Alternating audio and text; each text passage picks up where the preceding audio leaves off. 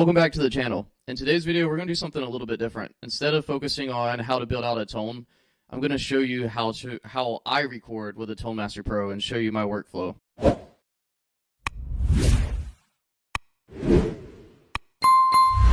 Alright, so starting off, this is just a photo of my rig. This is how I have it wired every time I film a video and when I'm recording in the studio. So the first thing you need to have is the USB-C to your computer. Your Tone Master Pro should have came with a cable. I'm using the stock one. I have a couple, but I mean, it gets the job done. This is USB-C to USB 2.0 or 3.0. So next thing you're going to see over here, this is just for my expression pedal. I do use the Tone Master one or the Tone Master Pro expression pedal. These two outputs, they're not really that important for you. I just run these outputs into a Scarlett interface, and then I run my Scarlett interface into my iPhone with an adapter. So that's how you're hearing all the audio.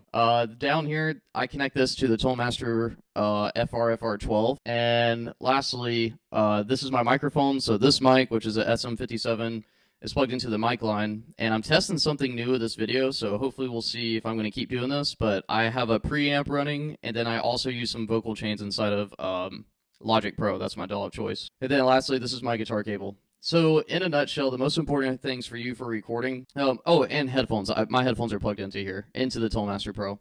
But most important thing is you need your USB connected, and then wear headphones. And I'm going to tell you why. Inside of Logic Pro or whatever DAW you're using, I'm just a big fan of Logic Pro. Don't make me use Pro Tools, please, but I will if you want to hire me. But use headphones when you're recording, and the reason is because while you can, right next to the recording, there's like an eye where you can make it play through your monitors. That adds a little bit of latency, so I have found it to be best to get really good recordings to run all audio through the Tone Master Pro. So you take the sound off of your laptop, or I'm using a MacBook Pro. You might have something different, but that's just been a great recording tip that I've learned recently. Plus, I prefer mixing and editing my audio with headphones on because these are really good. These are Sennheiser, I think HD 270 or 280. So they're about $100, nothing too crazy expensive. But I prefer to mix on these headphones because they're super flat response. And then I have a hi-fi system that I'll do like my last mix and recording on. But anyways, that's how we hook up the Tone Master Pro. Now we're gonna knock out two birds with one stone. I'm a music production student at Full Sail University, and I have to do a cover of Game of Thrones. So if you're interested in hearing my final mix, let me know in the comment section, and maybe I'll post it up so you guys can see my workflow with the Tone Master Pro. But anyways, let's jump into Logic Pro, and I'm going to show you how I typically record. For today, the guitar that I'm going to start off with using is the Tim Henson nylon guitar. So I'm going to give you a little bit of background as to what I'm going to be doing, and then I'm going to show you how I go into recording. So the background is, for my assignment this semester, I have to do a cover of, and they gave me a playlist of songs to choose, and one of them was the Game of Thrones theme. So that's what I'm going to do. But the assignment says that I have to have my own artistic take on it. So what I am planning on doing is I'm going to blend my love of metal and synthwave. What I think I'm going to do, because I have an early edition that I submitted last week, but to really make it my own, I need to make it longer because the song itself is only like 1 minute and 46 seconds, and I'm speeding up tempo and doing some interesting things. So my first submission was like 1 minute and 20 seconds, and that was me really stretching. So I was talking to my professor, and I have permission to extend it out, so it's probably going to be like a 2 to 3 minute track, maybe longer. But what I think I'm going to do is I'm going to open slowly with a nylon guitar, do some soloing, and make it kind of my own unique spin, and then I'll do some pads with my synthesizer. I just got a new Korg Mini Log XD. When I learn it, I'll probably make some videos on it, because synthesizers are just so cool. But what I'm going to show you is how I'm going to track my nylon guitar, and I'm going to show you some tips and techniques, and then we'll see what else happens. All right, so if you're inside of Logic, first thing we're going to do is we're going to create a new input, and you're going to want to do 2 tracks. So first things first, hit that. All right, now we're going to change. So input 1 should be my guitar track. Is it doing vocals too? No, it's not. Okay. It kind of looks like it is doing vocals. This is my first time running a vocal chain through here, so let me actually kill this real quick. Testing. Okay, so I had to fix that. Just so you can see, input 4 is typically what I use. for all vocals when I'm doing my YouTube voiceovers. So with that, input 3 and 4 are dedicated to your vocal chain. Input 1, this is going to be my guitar signal. Also notice I am listening back to my vocals because I have a vocal chain on here. But on this, we don't want to do this because all it's going to do is eat up more processing power of our computer. And you don't want that because you can already hear it. Now, with audio input 3, what we're going to do is we're going to change this to input 2. Now, what the difference is between these is input 1 is your amp or your preset on your Tonemaster Pro. But input 2 is just raw guitar signal. So, let me show you. I own... my camera's not really doing a good job picking this up. Let me see. If I come up here, and this is my signal chain, I have a bunch of plugins. So I don't know on the final mix if I'm going to use the Tonemaster Pro tone or if I'm going to do some what we call reamping. And you can reamp with either a plugin or you can actually reamp with the Tonemaster Pro. I haven't done it, so I don't know if I'm going to show it in this video. If that's something you're interested in seeing, let me know and I'll do some homework. But what I've been doing in my workflow is I record the Tonemaster Pro setting that gave me the original idea. Then I'll go through and I'll record both tracks. If I want to do any type of like, man, maybe a neural DSP reverb would sound really good here. At least I have the option to be able to do it. But what you want to do is name this. So I'm going to say nylon TMP tone. Then I'm going to say nylon DI, or you can say dry signal.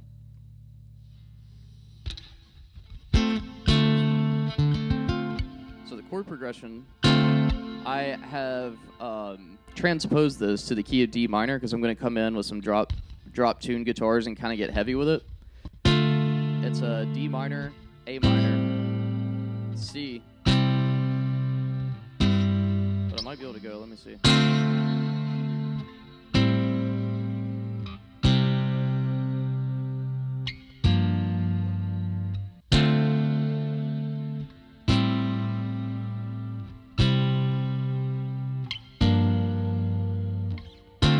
All right, so I just need to get a loop of that. Keep the metronome on.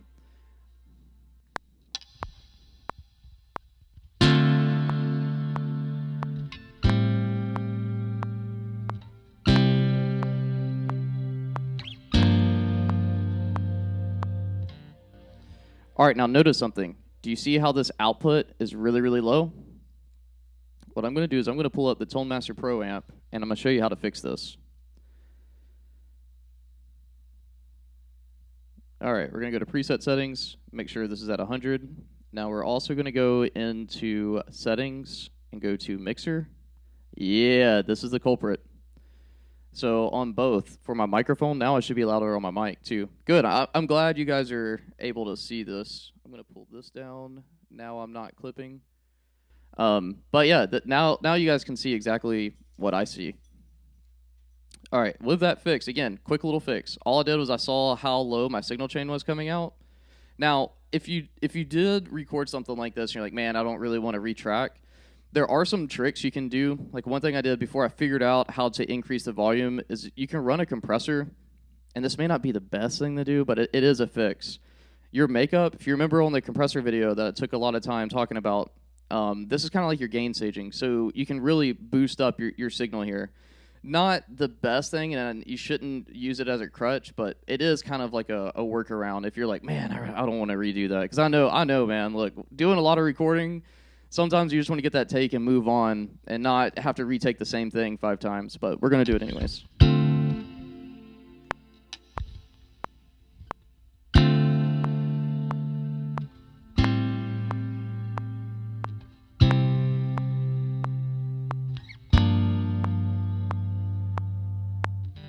All right, that's a good take. Now you can see everything's nice and big. That's what she said. Yeah, I think that's going to probably wrap it up for today. I don't know what else to show you outside of my, that's really my workflow in a nutshell. If y'all are interested in seeing some more Logic tricks, let me know. I am in Logic. I probably shouldn't even say how many hours a day, but a lot.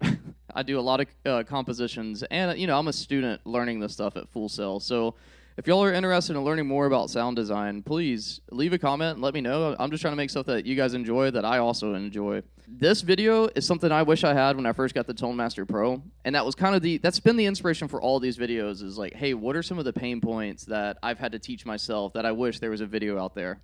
So if you're finding a lot of value in them, please smash that like button, subscribe, hook me up.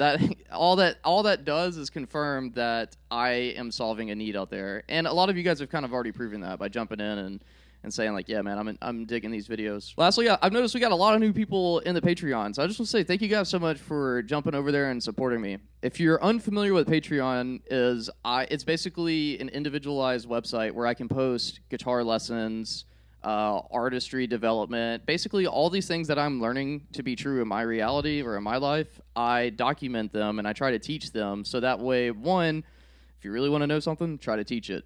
But two, if you want to learn something, it's a great place to get started at and to really dive deeper into a lot of these concepts, especially for guitar, doing just little chord progressions like that.